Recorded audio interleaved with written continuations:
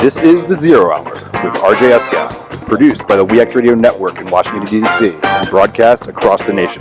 Visit us online at thisisthezerohour.com or at youtube.com/thezerohour. Ladies and gentlemen, RJ Eskow.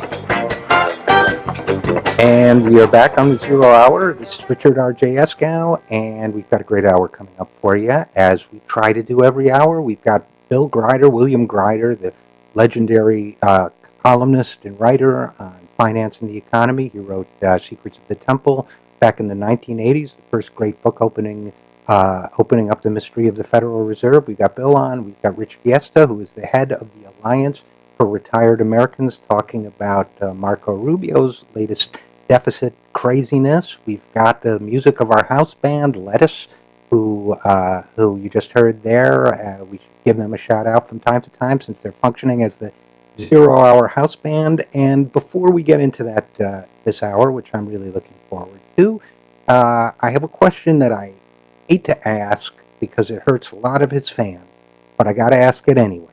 Why does Bill Clinton hate populism? And here's what I mean when I say that. This week, once again, Bill was the star attraction at Pete Peterson, the billionaire who hates Social Security and hates government spending, at what he calls his fiscal summit. That's a propaganda event that's designed to convince this poverty-ridden, wage-stagnated, and unemployment-stricken country of ours that its most important and urgent priority is convincing the government to do even less about these crises than it is doing. And then there's the other element of the fiscal summit plan and concept, as popularized by its avatars, Simpson and Bowles, and that's cutting Social Security and Medicare for the middle class while at the same time lowering taxes for the wealthy.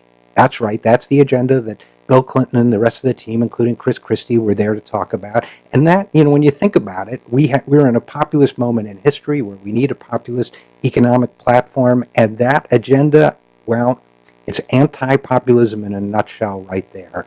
And, look, this kind of salesmanship isn't drawing. Clinton was supposed to be the day's big draw. They had a webcast broadcasting it. I watched it, and during the height of Clinton's presentation, only 173 people were watching online.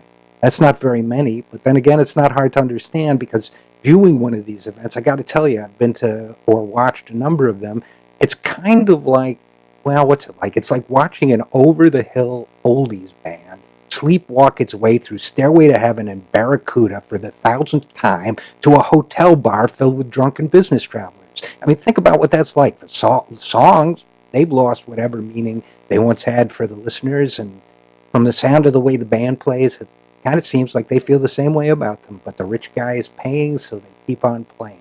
That's the fiscal summit. And so Bill Clinton went in and he dutifully pitched terrible ideas like a repatriation tax cut for offshore corporate profits, saying we have to unlock this money somehow. But, here's a thought. Corporate profits are at record levels. Actual taxes collected from those corporations are at or near historical lows. So a better way to, quote-unquote, unlock the money would be to close some corporate loopholes. That would be a populist solution that makes sense, but that's not what Bill Clinton's pitching. He also, pitched some anti-populist ideas as far as Wall Street's concerned. He said, and I quote, "Nobody has identified a single bank that failed because of the repeal of Glass-Steagall. Not one. Lehman Brothers was an investment bank. Bear Stearns was an investment bank." Boy, I got to tell you, folks, this is as disingenuous as it gets.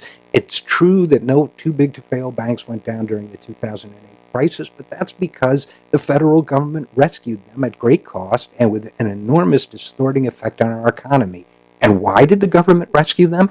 Because they were too big to fail. The too big to fail problem was already growing by the time Clinton took office, but it was made much worse by the Clinton's administration's actions, especially when it created Citigroup, the mega bank where a number of Clinton officials and then Obama officials have gone to enrich themselves after their public service. The banking bill that Clinton signed left the vault doors open for a decade of unregulated fraud and mismanagement that he argues couldn't have been predicted, but the fact is a number of people did predict it at the time. And then there was this anecdote about President Clinton, which Tim Geithner told earlier this week, where he says he asked the former president how he might, quote unquote, this is Geithner's words, pursue a more populist strategy. Here was Clinton's answer. you could take Lloyd Blankfein, who's the CEO of Goldman Sachs, which committed a lot of terrible frauds and crimes, and by the way, there's fairly good evidence that Blankfein also committed perjury that was never investigated. You could take Lloyd Blankfein into a dark alley, Clinton said, and slit his throat, and it would satisfy them for about 2 days. Then the bloodlust would rise again. Look, the them is us, and we weren't talking about and are not talking, and by us I mean the American people, who by large majorities want bankers prosecuted for what they've done. And nobody's talking about slitting anybody's throat. We're talking about having justice. But it's clear that Bill Clinton is characterizing populism and the majority's will as violent, irrational, and insatiable, which leads one to wonder, does his wife, Hillary Clinton, the leading candidate for the Democratic nomination, feel the same way? Bill Clinton was just as cagey on income inequality, which got worse when he was president. He said, you can say, inequality is still increased because the top 1% did better, but I don't think there's much you could do about that unless you want to start jailing people. Really, is Clinton really unaware of the enormous bodies of economic research which tell us precisely what can be done about inequality and how important it is to do it right now before it's too late? Does he really not know? The simple answer to the question, how do we address inequality, is, as Bill Clinton should know, by undoing the policy choices which accelerated. Some of those choices were made during the Clinton administration, whether in deregulation or taxation or in other areas. Others came later, like the Bush tax cuts and the Obama administration's refusal to prosecute criminal bankers, but Bill has a part in this. He says, everybody acts like I sat in a closet and said, what can I do for Wall Street today? That was his complaint this week. But nobody thinks he acted in a closet. His pro-Wall Street moves were made in public, in plain sight. And look, back in the go-go 90s, a lot of people even thought they might work. But today we know better. Or we should.